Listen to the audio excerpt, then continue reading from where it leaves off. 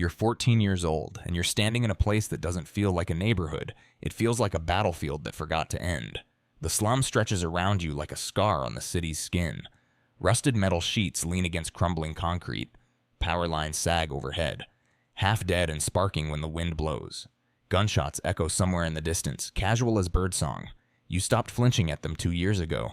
Your father died when you were 12. Wrong place, wrong time. A stray bullet during a turf war between two gangs whose names you didn't even know. He wasn't involved. He was just walking home from work. That's how it happens here. You don't need to be guilty to die.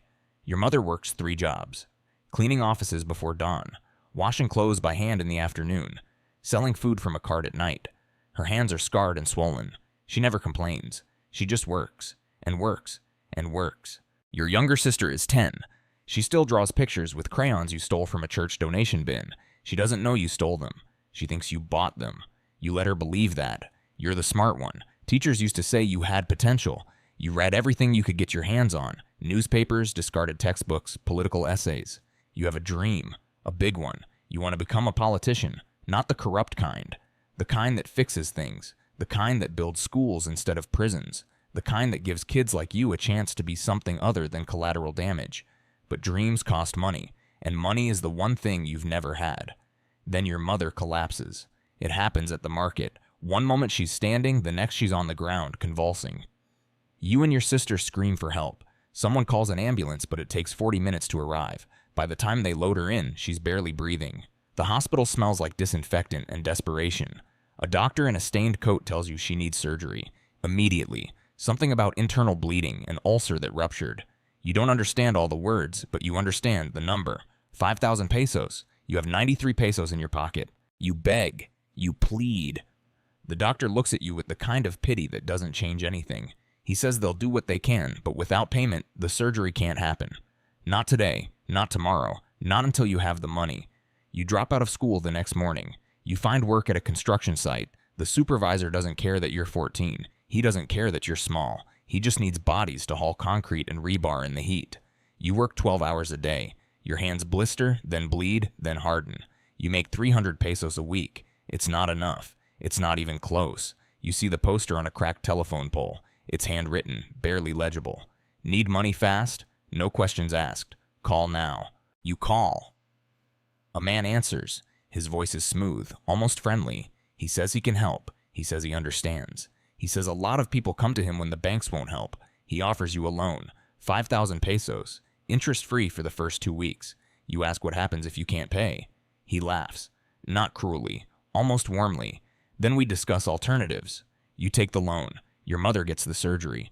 For 3 days, you think you've saved her. You sit by her bedside, holding her hand. She's weak, but she's alive. She whispers that she's proud of you, that you're going to do great things. On the 4th day, she dies.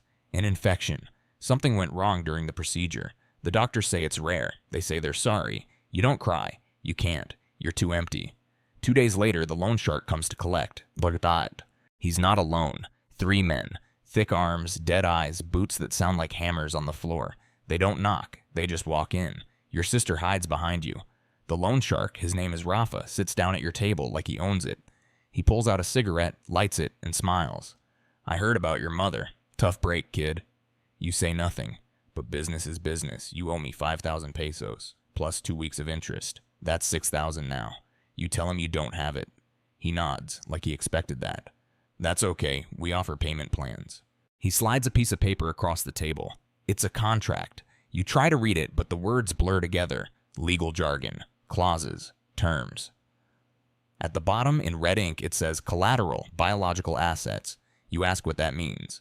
Rafa leans back, exhaling smoke. It means if you don't pay, we take something equivalent.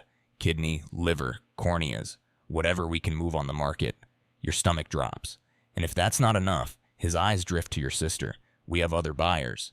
You understand immediately, You've heard the stories. Girls who disappear. Girls who end up across borders, in basements, in places where screaming doesn't matter. You feel something crack inside you. Not break, crack. Like a frozen lake underweight. You ask what you have to do. Rafa smiles. If you're still watching, hit that like button. You're about to see how fast innocence dies. And subscribe, because this story only gets darker. He gives you an address. A warehouse on the edge of the city. You're told to go at midnight. You arrive early. The place is guarded, men with rifles. You're patted down, searched. They find nothing because you brought nothing. Inside, a man in an expensive suit is waiting. His name is El Tigre. He's calm, polite even. He offers you water. You don't drink it. He tells you the job is simple. You'll carry a package across the border. There's a cave system beneath the fence. You'll crawl through, deliver the package to a contact on the other side, then come back. 4 hours, round trip. You ask what's in the package. He laughs. Does it matter? It doesn't. You do the job that night. The cave is narrow, wet, suffocating. You crawl on your belly through mud and stone, dragging the package behind you. Your shoulders scrape the walls. Twice, you think you're stuck. But you keep moving, because stopping means your sister ends up in a shipping container. You make the delivery. The contact doesn't speak. He just takes the package, hands you an envelope, and walks away. You crawl back. When you emerge, covered in filth and blood from where the rocks tore your skin, El Tigre is waiting. He counts the money in the envelope, then hands you a portion. 3,000 pesos. You do it again 2 days later, and again, and again. In 3 weeks, the debt is paid. You go to Rafa, hand him the money, and tell him you're done. He counts it slowly, then he looks up at you. You're not done. You ask why. Because you know the route, you know the contacts, you know how we operate. That makes you either an asset, he leans in close, or a liability. Your sister is standing outside the warehouse when you leave. You didn't bring her, they did. El Tigre's voice echoes behind you. Work with us, and she stays safe. Walk away, and we'll visit her school. You turn around, you nod. You belong to them now. And the worst part? You're grateful, because at least she's alive. At least you have control. At least you're not helpless anymore. That's what you tell yourself. That's the lie that starts everything. You stop being a mule after 6 months. Not because you want to, because they promote you. El Tigre notices something about you. You're smart. You don't panic. You remember details, names, routes, faces. You're disciplined, methodical. The same qualities that would have made you a good student now make you a valuable asset. They move you to surveillance. You're given a phone, a motorcycle, and a list of names. Your job is to watch, track rivals, document police movements, report anything unusual. You're good at it, too good. Within a year, you're managing a team. Within 2, you're coordinating logistics for an entire district. You're not on the streets anymore. You're in rooms with maps, radios, and men who speak encoded language. You start making real money. Enough to move your sister out of the slum. You rent a small apartment in a safer neighborhood.